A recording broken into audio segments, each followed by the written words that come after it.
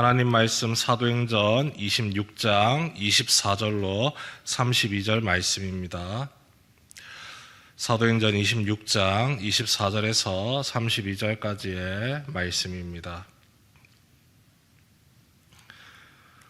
한 절씩 교독하겠습니다. 바울이 이같이 변명하매 베스도가 크게 소리내어 이르되 바울아 네가 미쳤도다. 네 많은 학문이 너를 미치게 한다 하니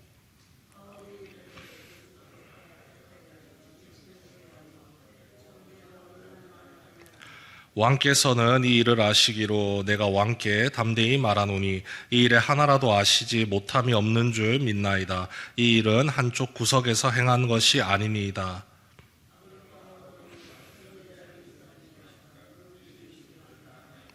아그리빠가 바울에게 이르되 내가 적은 말로 나를 권하여 그리스도인이 되게 하려 하는도다.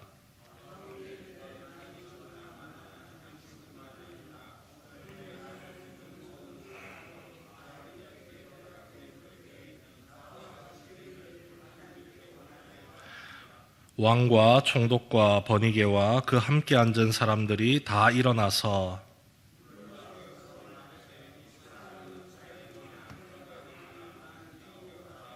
함께 읽습니다. 이에 아그리빠가 베스도에게 이르되 이 사람이 만일 가이사에게 상소하지 아니하였더라면 석방될 수 있을 뻔하였다 하니라. 아멘. 유대인들의 고발로 인하여 지금 바울이 계속 재판을 받는 중에 있습니다. 총독들이 바뀌고 있는 중이죠. 처음 바울을 신문했던 이 벨릭스라는 사람은 바울에게 협조적이었습니다. 그에게 죄가 없는 것을 알고 그를 보호하려고 애를 썼습니다. 하지만 재판장이 바뀌었습니다. 베스도라고 하는 새로운 총독이 바울을 재판하게 되었을 때 이제 앞으로 자신의 정치력을 과시해야 될 유대인들의 환심을 사고자 바울을 넘겨주려고 했습니다. 그런데 바울이 대뜸 이렇게 말합니다. 나는 억울합니다. 나는 가이사에게 상소합니다. 가이사에게 재판을 받게 해주십시오. 로마의 시민권을 가진 자로서 자신의 권리를 행사해버렸기 때문에 유대인들에게 협조하지 못하고 그를 로마로 압송할 수밖에 없게 되었습니다. 그런데 이 죄목을 정하는 것이 너무 애매해졌습니다. 가이사에게 상소를 하려면 적어도 이 로마 시민권을 가진 사람이 너무나도 억울하게 생명의 위협을 느끼고 있다. 그렇기 때문에 황제께서 이 사람을 보호해 주셔야 된다. 이러한 죄명을 달 수가 있어야 되는데 지금 바울이 겪고 있는 이 죄명은요. 이 유대인들 간의 그냥 종교적인 분쟁입니다. 정치적인 어떠한 분쟁도 없습니다. 너무나도 이 로마 황제 입장에서는 만약 이 죄목을 가지고 들이다대면은 너무 당황스럽습니다. 이딴 일로 지금 나에게 이런 재판을 청구하느냐라고 따질 수가 있습니다. 그래서 이 베스도가 다른 사람에게 도움을 청합니다. 오늘 성경 말씀에 나오는 아그리빠라고 하는 왕입니다. 그에게 같이 재판을 들어주시고 어떻게 죄명을 작성을 해서 가이사에게 이 사람을 보내야 할지를 왕이시여 저를 좀 도와주십시오라고 도움을 청하는 상황에서 이 바울을 신문하고 있는 장면입니다.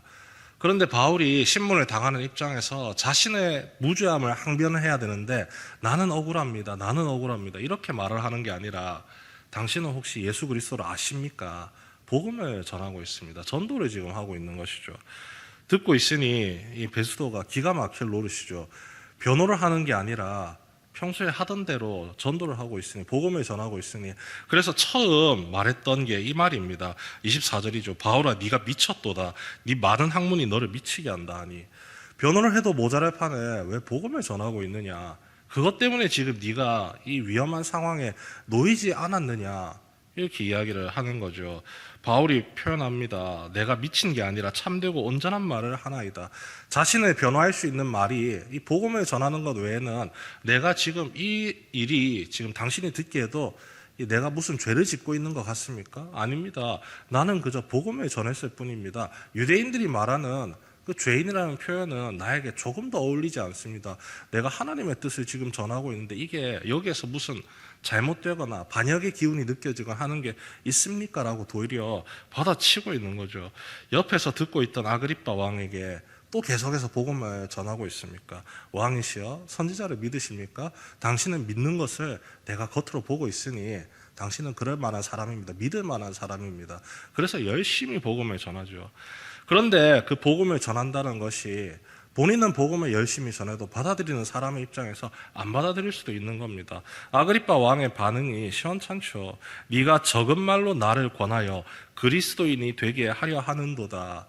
나는 너의 그런 말에 안 넘어간다. 그냥 억울하면 네 항변이나 해라, 이런 말을 하고 있죠. 그런데 바울이 여기서도 끝까지 포기하지 않고 복음을 전합니다. 말이 적으나 많으나 당신뿐만 아니라 오늘 내 말을 듣는 모든 사람들도 나와 같이 되기를 원합니다. 지금 이렇게 억울하게 감옥에 갇혀서 누명을 쓰고 결박당한 상황을 제외하고는 복음의 은혜를 받아들여서 그 기쁨을 누릴 수 있기를 소망합니다 하면서 끝까지 복음을 전하는 가운데 있습니다. 바울이 왜 자신을 항변하지 않았을까요? 자신을 항변할 이유가 특별히 없었습니다. 어제 본 말씀인 23장 11절 말씀에 이렇게 나와 있죠. 주님께서 바울에게 허락해 주셨던 약속의 말씀입니다. 그날 밤에 주께서 바울 곁에 서서 이르시되 담대하라, 네가 예루살렘에서 나의 일을 증언한 것 같이 로마에서도 증언하여 하리라 하시니라. 로마에서도 복음을 전해야 되고 예루살렘에서도 여전히 복음을 전해야 되고 하나님이 바울에게 주신 사명은 복음을 전하는 사명입니다.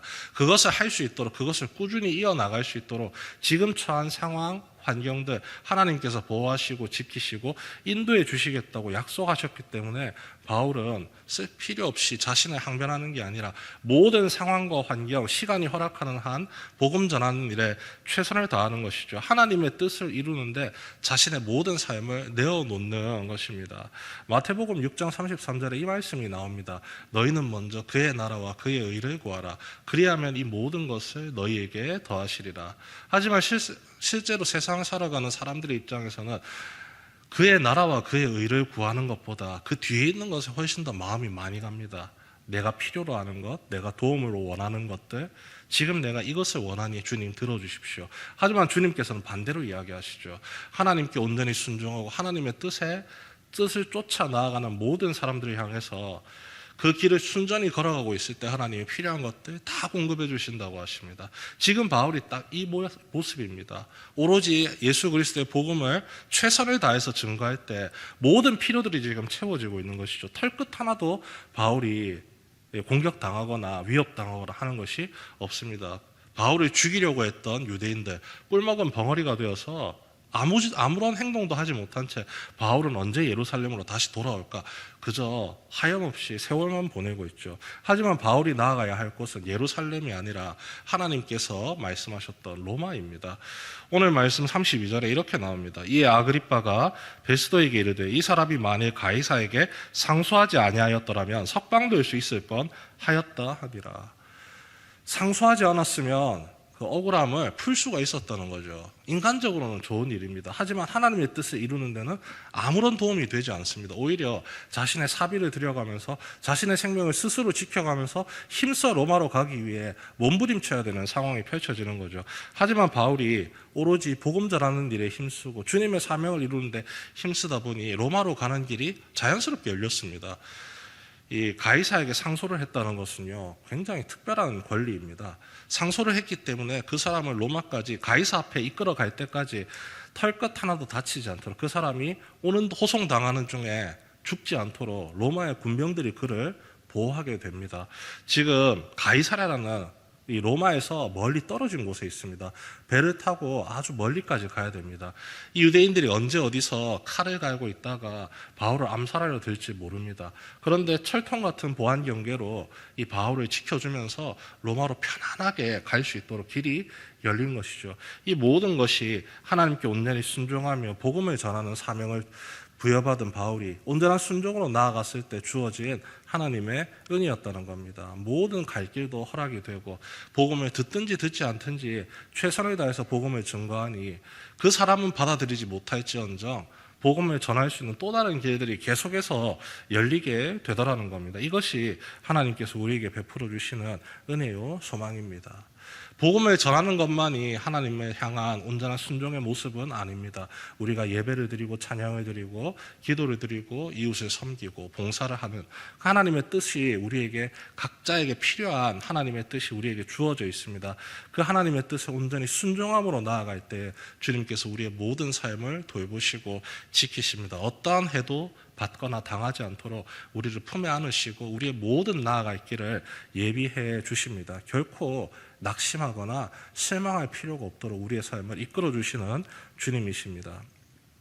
그 주님을 향해 주님께서 우리에게 주신 뜻이 무엇인지를 날마다 기도하고 간구하며 찾아가는 우리 모든 부산문영교회 성도 여러분 되시길 주님의 이름으로 축원합니다. 주님께서 우리에게 그 모든 것들을 깨닫게 하시고 온전한 순종으로 그 길을 걸어갈 수 있게 하실 겁니다. 그리고 그 길을 걸어가는 동안 우리에게 필요한 모든 것들을 공급하실 겁니다. 내가 생각지도 못했던 것까지 다 공급해 주시면서 온전히 하나님의 뜻에 순종하는 믿음의 자녀로 살아갈 수 있도록 우리의 길을 이끌어 주실 겁니다. 이를 위해서 오늘 이 아침도 하나님께 간절히 기도하며 나아가는 모든 성도 여러분 되시길 주님의 이름으로 축원합니다.